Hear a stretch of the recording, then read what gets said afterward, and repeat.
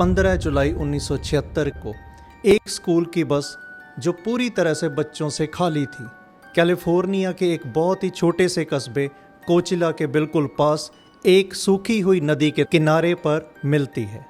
फौरन पुलिस वहां पर पहुंचती है क्योंकि पुलिस पहले से ही इस बस को ढूंढ रही थी। लेकिन पुलिस को सिर्फ ये बस मिलती है, उसमें मौजूद 26 स्कूल के छोटे बच्चे, उनका कहीं कोई पता नहीं चलता। हैरानी की बात यह है कि बस के दोनों तरफ मिट्टी पर कहीं पर भी किसी के पैरों के निशान नहीं हैं। अब क्वेश्चन ये है कि ये बस बिना किसी ड्राइवर के यहाँ तक कैसे पहुँची। पुलिस और इस छोटे से कस्बे कोचिला के समुदाय के सभी लोग इस सैकड़ों स्क्वायर किलोमीटर में फैले घने जंगल में इन बच्चों को ढूंढते हैं, चारों दिशाओं में। लेकिन असल में जहाँ पर उनको ढूंढना चाहिए था वो था ज़मीन के नीचे। इस बस को आखिरी बार इससे एक दिन पहले शाम के 4 बजे देखा गया, जब ये बस इन 26 बच्चों के साथ एक छोटी सी पिकनिक के बाद वापस कोचिला जा रही थी। इस बस के ड्राइवर हैं एड रे, जो पिछले 26 साल से इसी बस को हर रोज़ बिना नागा चला रहे हैं। लेकिन 15 जुलाई 1976 की उस शाम को जब एड रे इन 26 बच्चों के साथ इस बस को लेकर कोचिला के लिए रवाना होते हैं, तो पूरे जंगल में से गुजरती इस सड़क के बीचों बीच उन्हें एक सफ़ेद रंग की वैन खड़ी दिखाई देती है। सड़क के ऊपर इस वैन को ऐसे पार्क किया हुआ है कि कहीं से भी और किसी वाहन के निकलने का कोई रास्ता नहीं है। इस वैन में 3 इंसान बैठे हैं, तीनों ने बहुत ही डरावने से मास्क लिए हुए हैं और इसकी खिड़कियां खुली हैं। इन तीनों लोगों के पास हथियार हैं। इन तीनों हथियारबंद आदमियों को देखने के बाद ड्राइवर एड रे के दिमाग में जो सबसे पहले बात जाती है वो है इन 26 बच्चों की सेफ्टी। जैसे ही एड रे इस बस को रोकते हैं तो इनमें से एक शख्स बस की एक खिड़की के पास आता है और अपने पिस्टल से बहुत ही सामान्य तरीके के साथ इस बस को नॉक करता है। एड रे के पास अब डिसीजन लेने के लिए सिर्फ कुछ सेकंड बाकी हैं। उनके पास 2 ऑप्शन हैं। पहली, किसी भी तरह करके या तो वो इस बस को बैक करें, बहुत तेज़ी के साथ पीछे की ओर लेके जाएं और यहाँ से भागने की कोशिश करें। दूसरी, जो भी चीज़ ये हथियारबंद आदमी उनसे कह रहे हैं उसको शांति से मानते रहें और सिचुएशन को कंट्रोल करने की कोशिश करें। एड रे दूसरी ऑप्शन पिक करते हैं। जैसे ही एड रे इस बस की खिड़कियों को खोलते हैं तो ये तीनों हथियारबंद नौजवान इस बस में दाखिल होते हैं। इनमें से एक अपनी बंदूक एड रे के ऊपर तानता है और उसके बाद एड रे को उनकी ड्राइवर सीट से उठाने के बाद खुद इस बस का कंट्रोल अपने कब्जे में ले लेता है। दूसरा हथियारबंद व्यक्ति एड रे के साथ साथ उन सभी 26 बच्चों को बस के बिल्कुल पीछे वाले हिस्से में ले जाता है। तीसरा उतरता है और वापस अपनी वैन में बैठ जाता है। इसके बाद ये बच्चों से भरी हुई स्कूल बस एक अनजान सफ़र की तरफ चलना शुरू करती है और इसके पीछे पीछे चल रही है वही सफ़ेद वैन। कुछ किलोमीटर तक इसी रास्ते पर चलने के बाद एक जगह पर ये वैन बिल्कुल 90 डिग्री पर अपने दाहिनी तरफ मुड़ती है और घने जंगल के बीच में से गुजरती हुई चली जाती है। लगातार 2 घंटे चलने के बाद फाइनली इस बस को रोका जाता है। इस बस के रुकने के बाद वैन को पीछे लिया जाता है और सीधा बस के दरवाजे के साथ जोड़ दिया जाता है और 26 में से आधे बच्चों को इस बात का पूरा ध्यान रखते हुए कि किसी एक भी बच्चे का पाँव ज़मीन पर ना पड़े और उनके फुटप्रिंट्स ज़मीन पर ना मिल सकें, तकरीबन आधे बच्चों को इस वैन में लोड किया जाता है। इस वैन के जाने के बाद अब बारी आती है एक दूसरी वैन की और सेम प्रोसीजर पहले वाला फॉलो होता है। एड रे और कुछ और बड़ी उम्र के बच्चे, उनको ये समझने में देर नहीं लगी कि ये कोई साधारण व्हीकल नहीं है। अब जो ये दोनों वैन थी ये कोई आम साधारण वैन नहीं थी, आम साधारण व्हीकल नहीं थे। इनको स्पेशली इस तरह से डिज़ाइन किया गया था कि इनके अंदर बैठे इंसानों को जो भी बंधक बनाए गए हैं उनकी ना तो आवाज़ और ना ही उनकी शक्ल इस वैन से बाहर किसी को भी दिखाई दे। इन दोनों वैनों को पूरी तरह से साउंड प्रूफ किया गया था और साथ ही इनके चारों तरफ इनके ग्लास को पूरी तरह से कवर किया गया था। उधर यहाँ से बहुत दूर कोचिला नाम के उस छोटे से कस्बे में डेरीलैंड एलिमेंट्री स्कूल की ये बस जब अपने निर्धारित समय से 15 मिनट लेट होती है तो सिर्फ चंद पेरेंट्स ऐसे होते हैं जिनको ये देरी महसूस होती है। ज़्यादातर को ऐसा लगता है कि ये कोई बहुत ज़्यादा बड़ी बात नहीं, हो सकता है कि बच्चों की ये पिकनिक, उनका ये फंक्शन किसी वजह से थोड़ा लेट हो गया हो। धीरे धीरे समय गुजरता है और अब शाम के 6:30 हो जाते हैं। बच्चों को इससे तकरीबन 2 घंटे पहले घर वापस पहुंच जाना चाहिए था। अब पहली बार पुलिस को इसकी सूचना दी जाती है और इस पूरे कस्बे के ज़्यादातर लोग अपनी अपनी गाड़ियों, पिकअप ट्रक्स के द्वारा बच्चों को ढूंढने के लिए खुद ही इस घने जंगल के बिल्कुल बीच तक चल पड़ते हैं। शेरिफ डिपार्टमेंट की तरफ से एक इंजन का विमान, जिसको बहुत ही धीमी गति से और बहुत ही कम ऊंचाई पर इस जंगल के ऊपर उड़ाया जाता है इन बच्चों को ढूंढने के लिए। अब बच्चों को लापता हुए पूरे 11 घंटे हो चुके हैं। अब तक पूरे अमेरिका में इन 26 बच्चों के लापता होने की न्यूज़ पूरी तरह से वायरल हो चुकी है। उधर दूर जंगल में रात के उस अंधेरे में पूरे 2 घंटे बीतने के बाद ये दोनों व्हीकल एक जगह पर जाकर रुक जाते हैं। इन दोनों वैनों का पीछे का दरवाज़ा खोला जाता है और इनमें से एक एक करके इन बच्चों को उतार लिया जाता है। किसी भी बच्चे को उतारने के बाद ये तीनों नकाबपोश किडनैपर सबसे पहले एक हैमबर्गर के रैपर पर इन बच्चों का नाम, उनके माता पिता का नाम और उनका एड्रेस लिख लेते हैं। इन 26 बच्चों में जो उम्र में सबसे बड़ा है उसका नाम है माइकल मार्शल और उसकी उम्र है 14 साल। और सबसे छोटी है 5 साल की मोनिका आड्रे। 5 साल की मोनिका बहुत ही ज़्यादा डरी हुई है और वो माइकल मार्शल के साथ पूरी तरह से चिपकी हुई है। इसके बाद ये बच्चे देखते हैं कि रात के इस बिल्कुल अंधेरे में और इस घने जंगल के बिल्कुल बीचों बीच एक बिल्कुल छोटा सा गड्ढा खुदा हुआ है और उसमें सिर्फ इतना सा रास्ता है कि सिर्फ एक इंसान एक बार में उसके अंदर जा सकता है। अब ये तीनों किडनैपर एक एक कर पहले इन बच्चों को और उसके बाद ड्राइवर एड्रे को इस छोटे से तंग रास्ते के थ्रू इस होल के नीचे धकेल देते हैं। नीचे जाने के लिए वहाँ पर एक सीढ़ी लगी हुई है। ज़मीन से पूरा 14 फीट नीचे ये एक ऐसी जगह है जैसे जिंदा लोगों की कोई कब्र हो। वहाँ पर 3 बिल्कुल हल्की रोशनी वाले बल्ब जग रहे हैं। एक तरफ 3 जग हैं जिनमें पानी भरा हुआ है और इसके अलावा कुछ बहुत ही पुरानी ब्रेड के टुकड़े हैं। इन सभी 26 बच्चों और एड्रे के नीचे पहुँचने के बाद ये किडनैपर एक टॉयलेट पेपर का रैप नीचे फेंकते हैं और उसके बाद बोलते हैं हम जल्द वापस लौटेंगे। इतना कहने के बाद वो दरवाज़ा बंद कर देते हैं। 26 बच्चों, ड्राइवर एड्रे के साथ इन सभी को उस जिंदा कब्र में दफन कर दिया गया है। एड्रे को ये समझने में बहुत ज़्यादा देर नहीं लगती कि बहुत जल्दी ही ज़मीन से 14 फीट नीचे इस छोटी सी क्रैम्प्ड जगह में ऑक्सीजन की कमी होने वाली है और हमें जो भी करना है वो बहुत जल्द करना होगा। उधर यहाँ से बहुत दूर वाशिंगटन के वाइट हाउस में उस टाइम के अमेरिकन प्रेसिडेंट जेराल्ड फोर्ड और कैलिफोर्निया के गवर्नर जेरी ब्राउन, उन दोनों तक ये मैसेज पहुँच चुका है। अमेरिका के पूरे इतिहास में इससे पहले इतना बड़ा किडनैपिंग का केस कभी नहीं हुआ, लेकिन ये केस उससे भी ज़्यादा सीरियस तब हो जाता है जब बात 26 छोटे बच्चों की हो।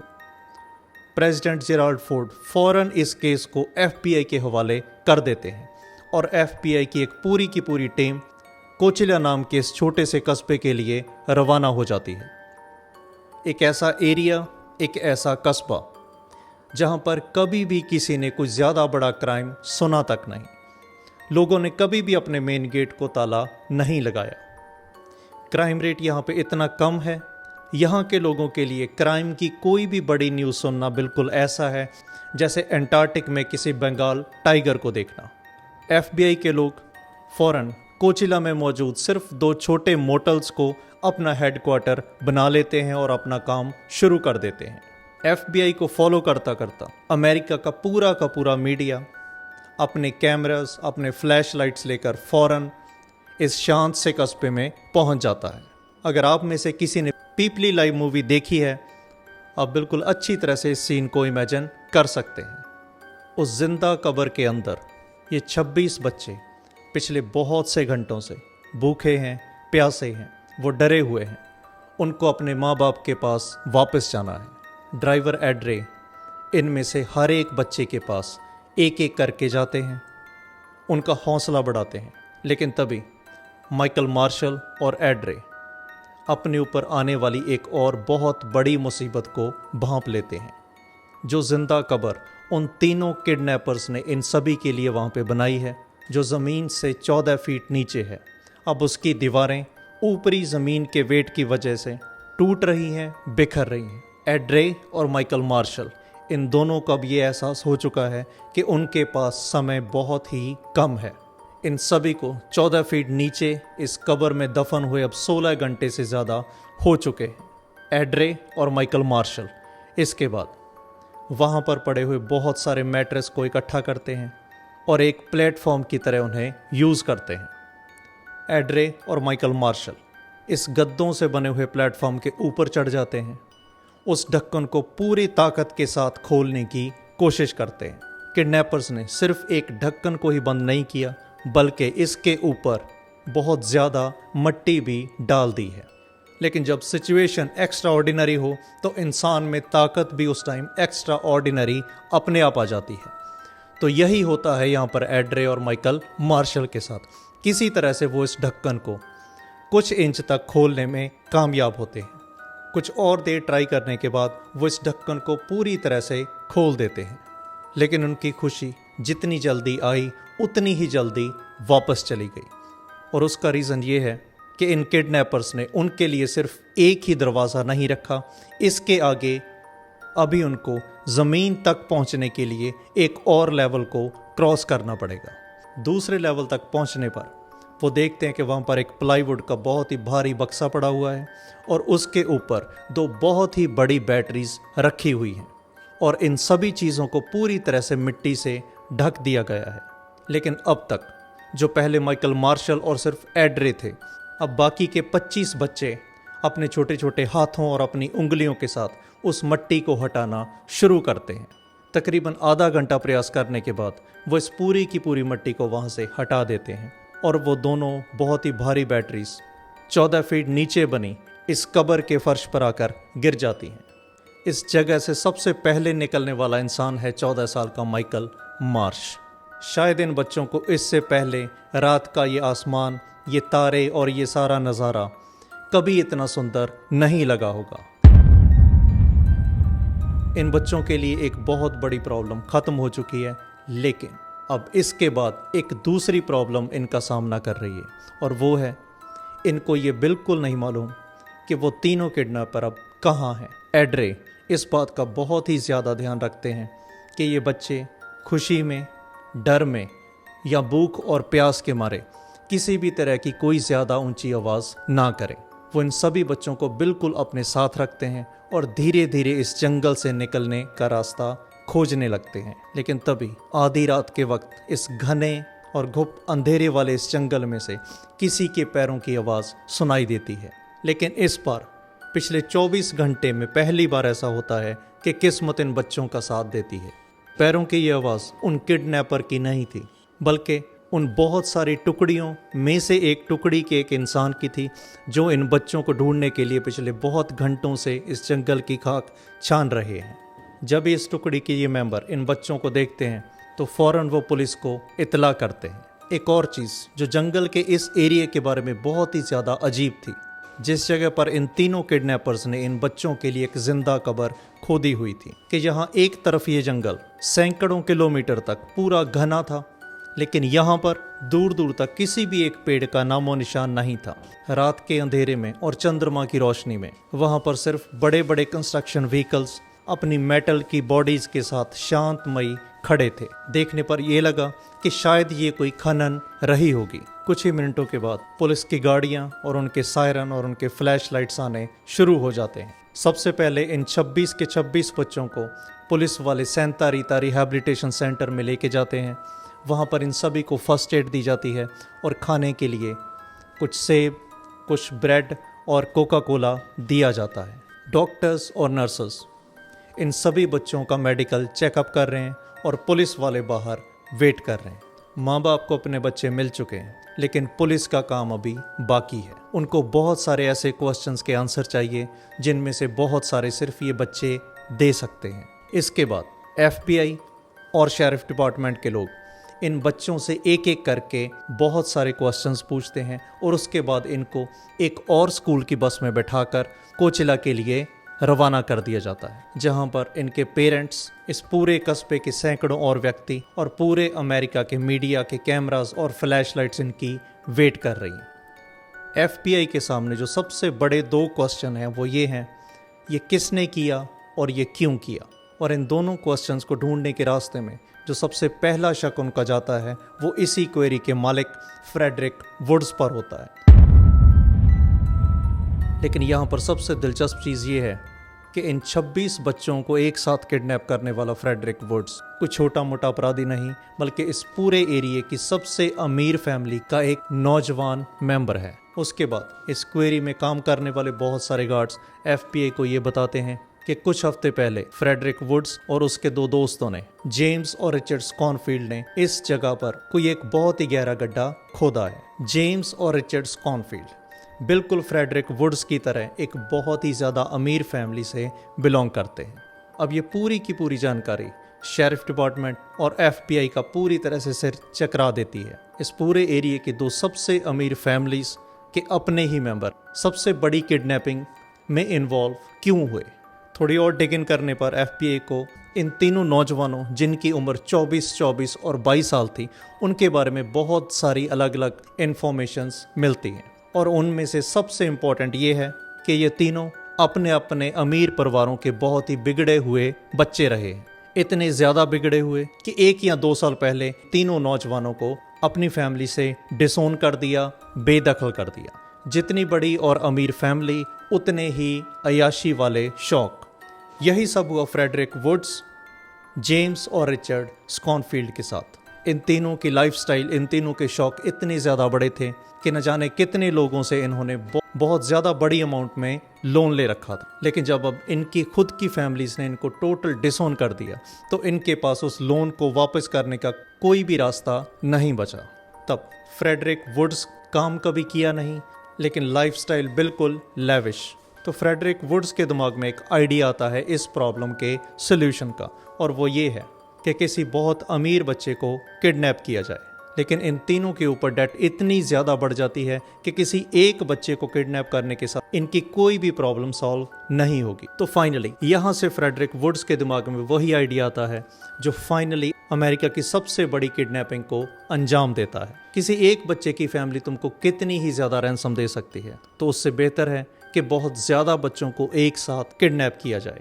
लेकिन अब क्वेश्चन ये है कि इन बच्चों को किडनैप करने के बाद और इन सभी बच्चों को उस कब्र में जिंदा गाड़ने के बाद भी इन तीनों ने किसी को भी फोन क्यों नहीं किया। जितनी ज्यादा ये स्टोरी इंटरेस्टिंग है, उतना ही ज्यादा इंटरेस्टिंग है इस क्वेश्चन का आंसर। अब होता ये है, जब तक इन तीनों ने इन सभी बच्चों को जमीन से 14 फीट नीचे उस कब्र में जिंदा दफन किया, उस टाइम तक शेरिफ डिपार्टमेंट की सभी फोन लाइंस इतनी ज्यादा बिजी हो चुकी थी कि जब इन्होंने शेरिफ डिपार्टमेंट को फोन करके अपनी रैंसम कॉल के बारे में बताना चाहा, तब इनका फोन ही कनेक्ट नहीं हुआ। क्योंकि इनका दूसरा प्लान ये था कि 26 अलग अलग फैमिलीज को अलग अलग 26 रैंसम कॉल करना एक टोटली इनप्रैक्टिकल चीज है। तो उससे बेहतर है अगर 26 बच्चों को किडनैप किया गया है एक साथ, तो खुद स्टेट ही तुमको ये रैंसम के पैसे खुद देगी। 15 जुलाई 1976 की उस रात, आधी रात के बाद, जब ये अपना फोन करने की कोशिश कर रहे होते तो इनका फोन ही नहीं लग रहा। तो वहां पर ये अपना प्लान थोड़ा चेंज करते हैं। फ्रेडरिक वुड्स इनको कहता है कि हम कुछ घंटों के बाद दोबारा से ट्राई करेंगे, और इस बीच ये सभी फ्रेडरिक वुड्स के घर जाकर उसके बेडरूम में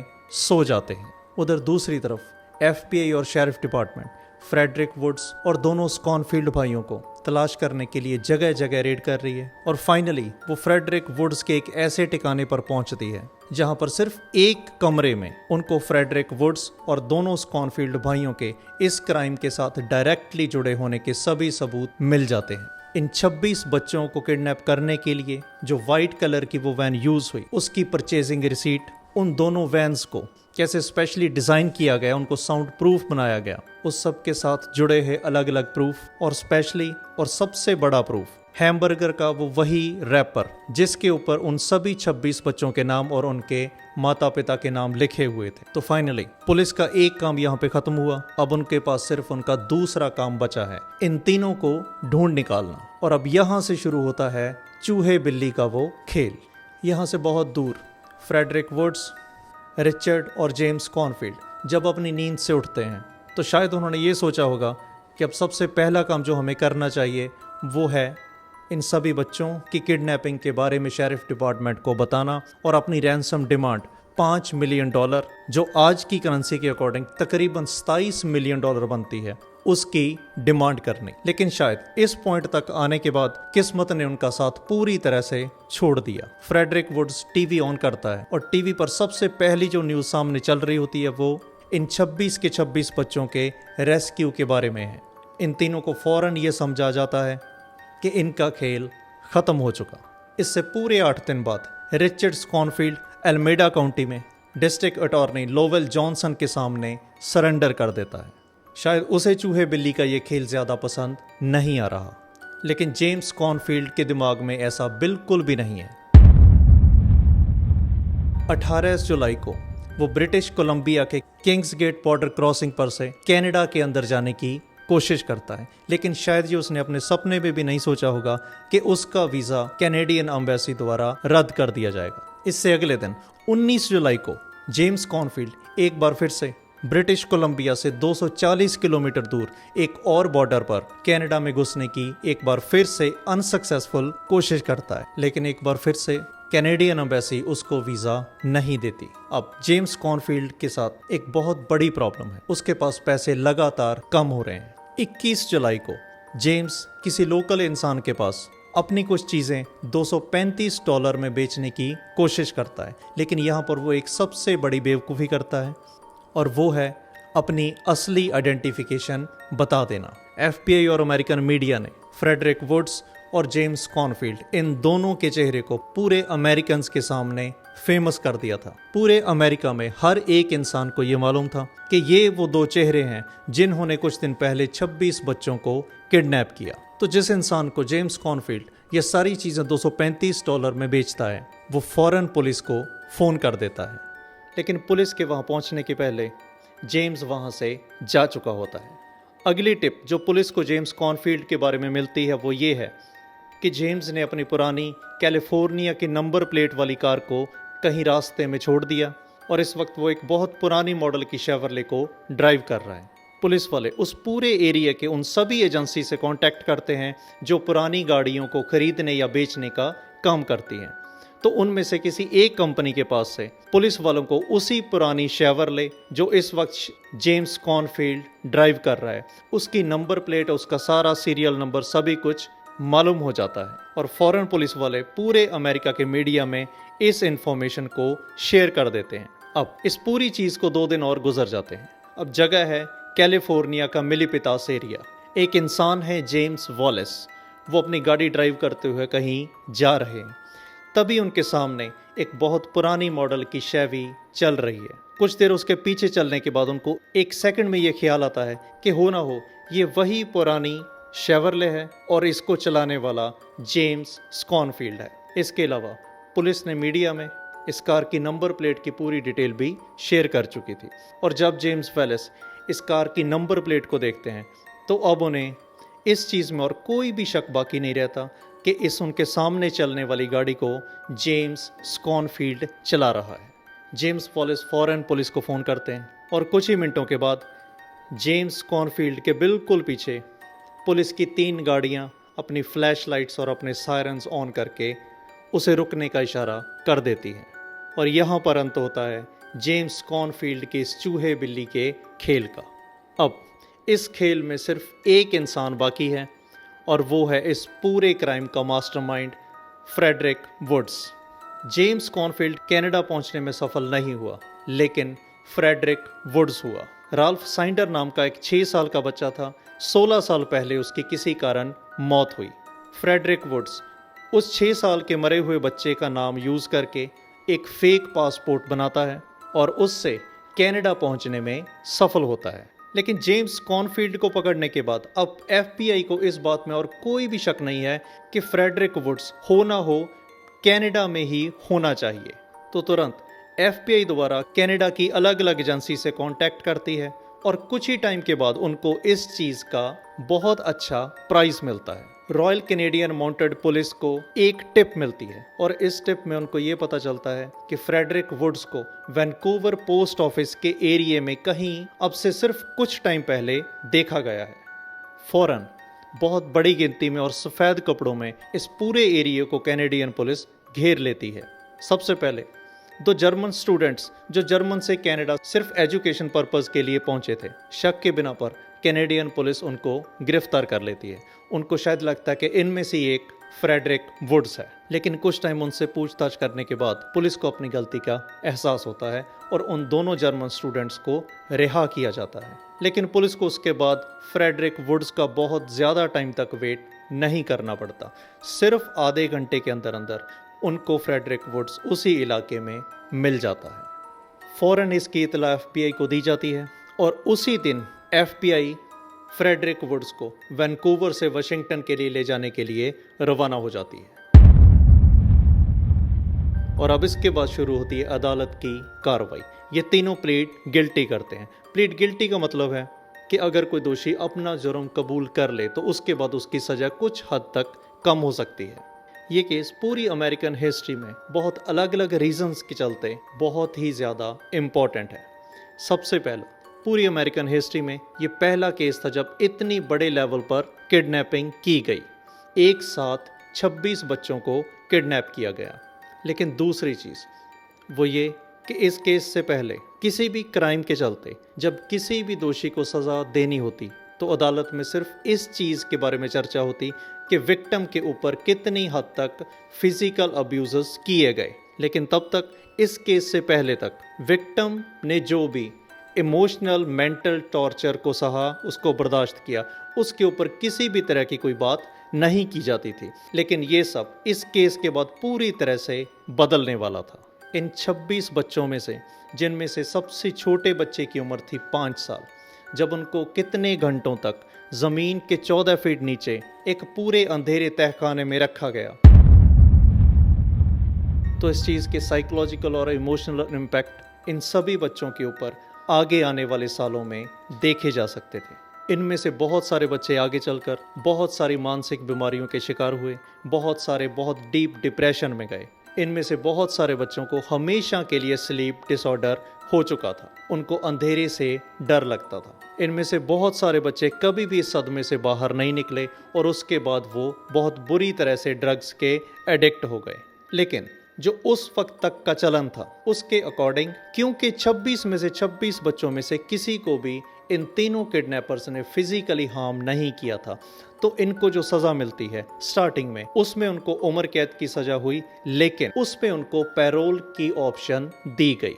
लेकिन धीरे धीरे जब इन बच्चों को इन इम्पैक्ट्स के साथ जूझते देखा गया तो उसके बाद पूरे अमेरिका में एक बहुत बड़े लेवल की डिबेट चलनी स्टार्ट होती है। और ये डिबेट होती है कि विक्टिम्स के ऊपर सिर्फ फिजिकल अब्यूज़ नहीं होता, उनके ऊपर इन चीज़ों का, इस वायलेंस का मेंटली इमोशनली इम्पैक्ट बहुत ही ज़्यादा हद तक पड़ता है।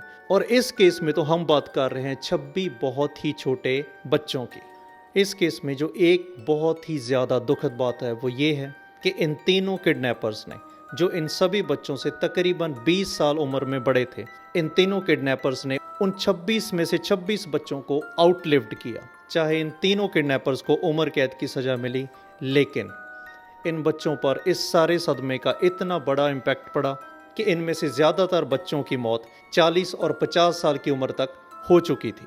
जून 2012 में रिचर्ड स्कॉनफील्ड को पूरे 36 साल जेल में गुजारने के बाद जमानत पर रिहा किया जाता है। उसके पूरे 3 साल बाद 2015 में जेम्स स्कॉनफील्ड को भी अदालत बरी कर देती है।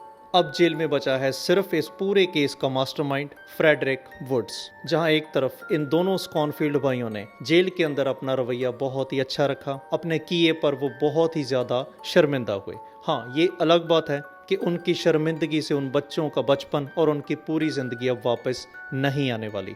लेकिन फ्रेडरिक वुड्स, उसने कभी भी अपने किए पर पछतावा शो नहीं किया और इसके अलावा जेल के अंदर वो अलग अलग इल्लीगल एक्टिविटीज़ में इन्वॉल्व रहा। लेकिन फाइनली सन 2022 में पूरे 46 साल अमेरिकन जेल्स में गुजारने के बाद फाइनली फ्रेडरिक वुड्स को भी जेल से रिहा किया जाता है।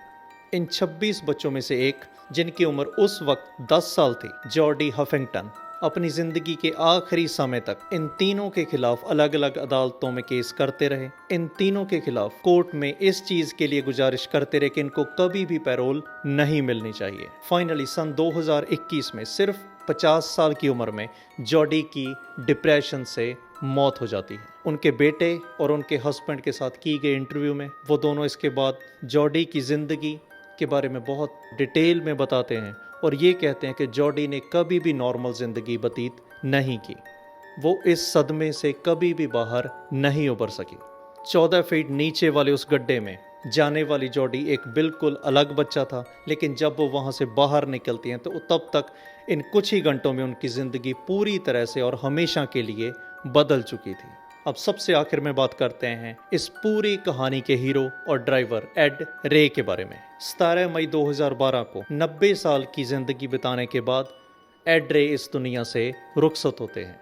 कोचिला नाम के इस छोटे से कस्बे में एड रे अपनी ज़िंदगी और ज़िंदगी के बाद एक हीरो की तरह याद किए जाते हैं। 26 फरवरी जो कि एड का बर्थडे भी था, उस दिन को अब इस पूरे एरिया में एड रे डे के तौर पर मनाया जाता है, क्योंकि इस पूरे के पूरे इंसिडेंट में एड रे ने जिस समझदारी और बच्चों के प्रति उनकी जो हमदर्दी उसका सबूत दिया, उसके लिए कोचिला हमेशा उनका ऋणी रहेगा।